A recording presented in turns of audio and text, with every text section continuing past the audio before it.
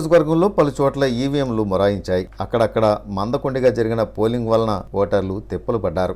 NDA కూటమి అభ్యర్థి గంటా శ్రీనివాస్ పలు పోలింగ్ కేంద్రాలను సందర్శించారు. అలాగే వైసీపీ ఎమ్మెల్యే అభ్యర్థి అవంతి శ్రీనివాస్ కూడా పలు పోలింగ్ కేంద్రాలను సందర్శించారు. ఇక స్వతంత్ర అభ్యర్థిని నాగోతి నాగమణి ఆనందపురం మండలంలో ఉన్న ఇంచుమించు అన్ని పోలింగ్ కేంద్రాలను సందర్శించి ప్రతి ఒక్కరూ ఓటును వినియోగించుకోవాలని పిలుపునిచ్చారు. ఆనందపురం మండలానికి చెందిన గొట్టుపల్లి, వేములవలస, బొడ్డపాలెం తదితర పోలింగ్ కేంద్రాల్లో ఈవీఎంలు సరిగ్గా పనిచేయకపోవడంతో ఓటర్లు తమ ఓటును వినియోగించుకోకుండానే వెనక్కి తిరిగారు. ఉదయం 7 గంటలకు ప్రారంభం కావాల్సిన పోలింగ్ ఈవీఎంలు మొరాయించడంతో 8 గంటలకు ప్రారంభమైంది. దీంతో ఓటర్లు కాస్త అసహనం వ్యక్తం చేశారు. గొట్టిపల్లి పంచాయతీలోని కేంద్రాల వద్ద సరైన సదుపాయాలు లేక గంటల తరబడి క్యూలైన్లో నిల్చుని కొంతమంది వెనుదిరిగారు.